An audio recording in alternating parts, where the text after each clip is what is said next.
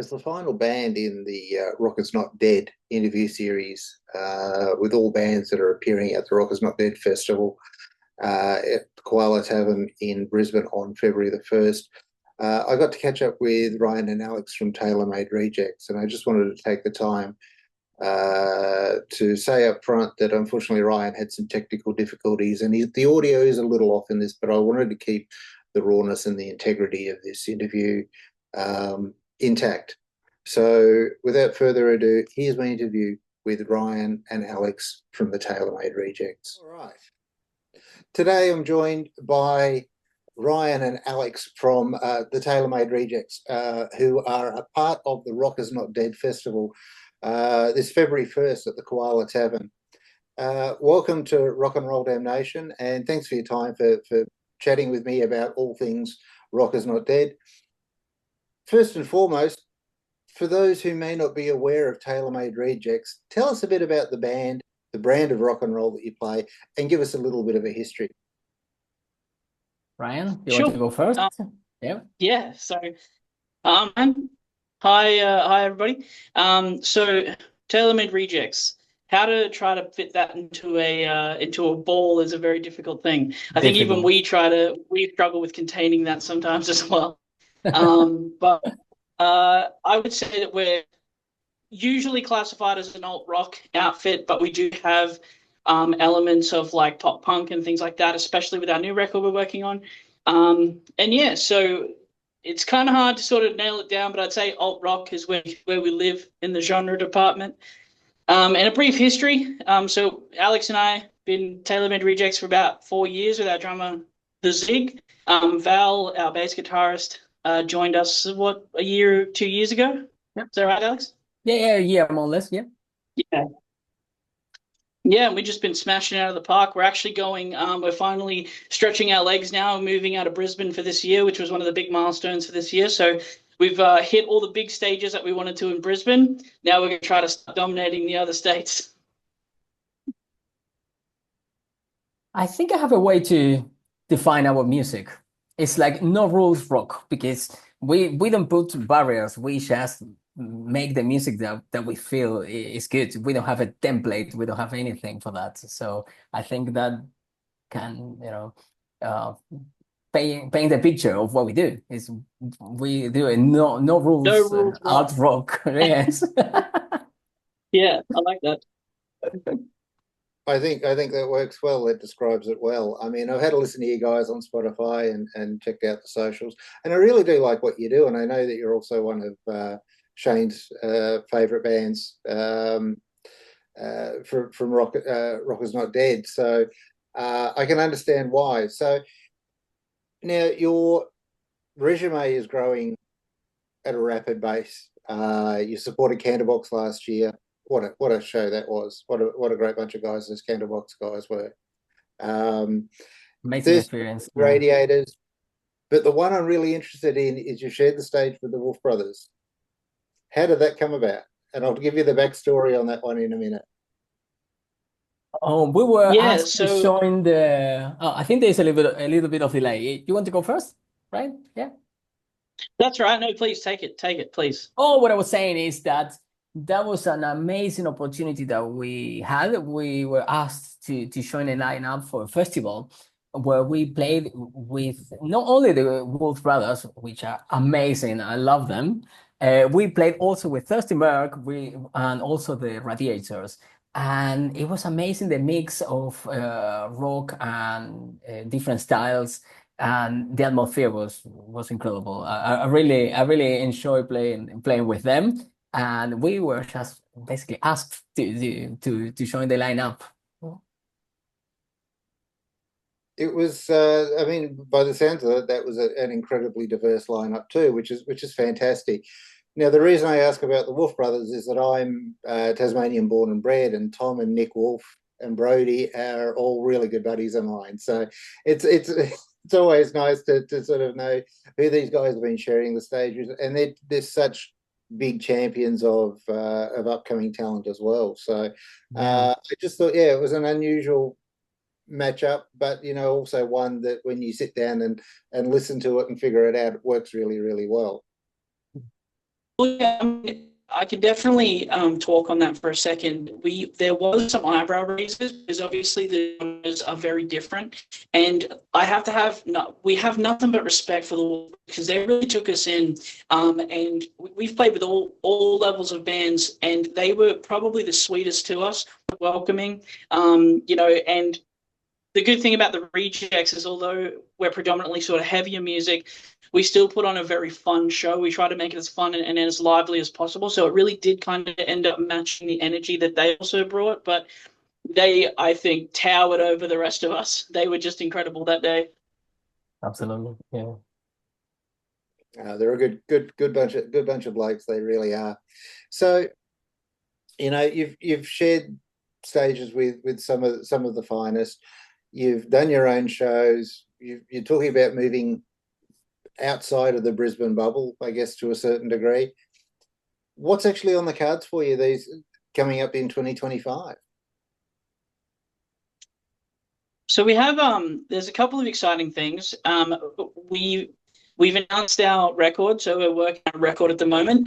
We've finished recording. We're kind of just at the moment in the process of like cascading that, so that we can get as much reach as we can before we drop it to our fans. And so that's the big one for this year, just making sure that we get all the marketing and all the shows and everything done properly, have the right reach and whatnot. So there's that. We also have the Rock Is Not Dead Festival, which I'm very excited about. And we're also going down to Sydney for punk and Monk and Pedal, the Monk and Pedal Festival. So awesome. That's the announced stuff. So that's the announced stuff so far. Yeah, absolutely. So tell me a little bit about this new album that's coming. I think Alex kind of describes it best. Do you want to take a shot, Alex? I can do that. And I think I will mention the same as mentioned talking with other people is I think that you should expect the unexpected from this album because it's really diverse and it can take you from some very heavy tunes to amazing, beautiful ballads with even an orchestra.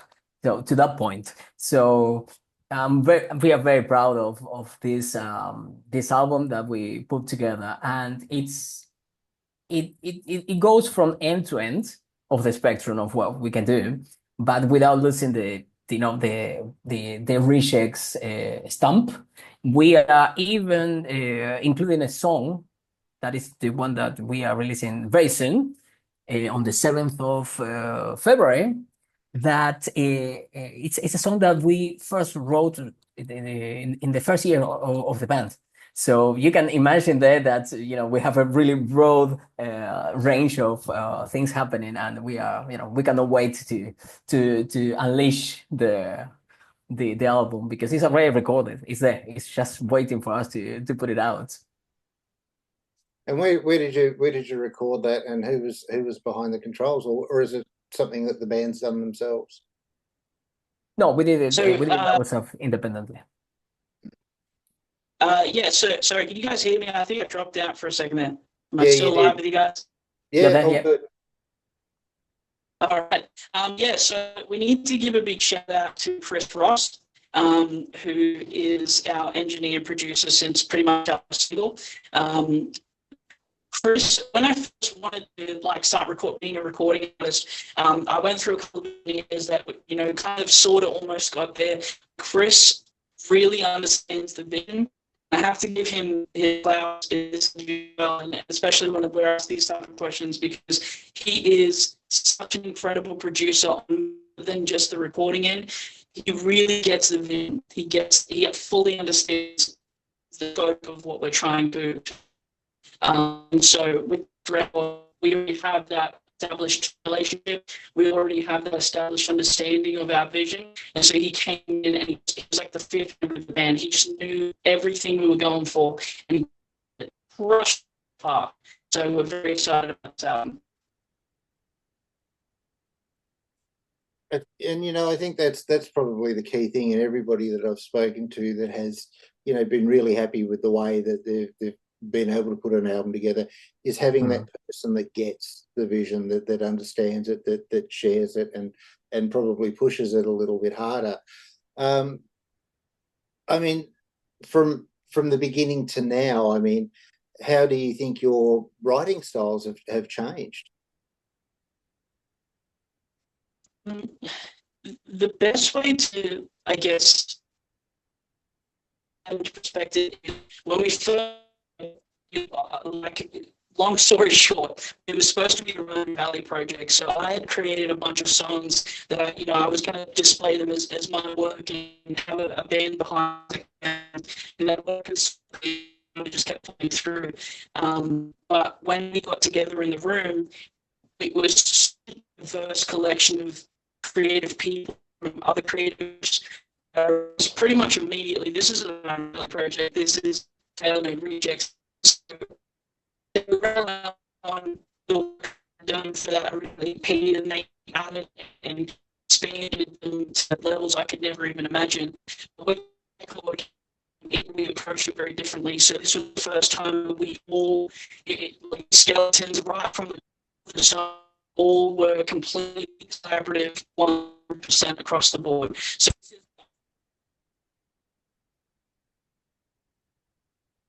Looks as though we've just lost you again, Ryan. Sorry about that. I think he's back now.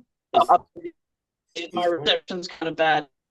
No, But yeah, so the first time we all 100%, and the good of us.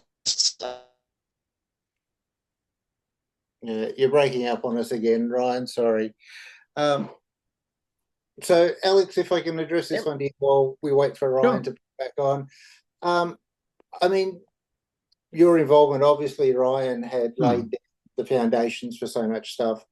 You coming into the band and working alongside Ryan, how do you find your relationship with Ryan when it comes to a writing point of view? Oh, it's great. But, the band started with all together at the same time. So basically, he had a couple of drafts for what he was thinking to do, and he was just looking for people to join. And the band had the first rehearsal with most of who we are in the band right now. So the Tailor Made Rejects is who we are, and we were evolving from there. So basically, we have a lot of songs that they were born in the jam room, and we keep evolving them from there.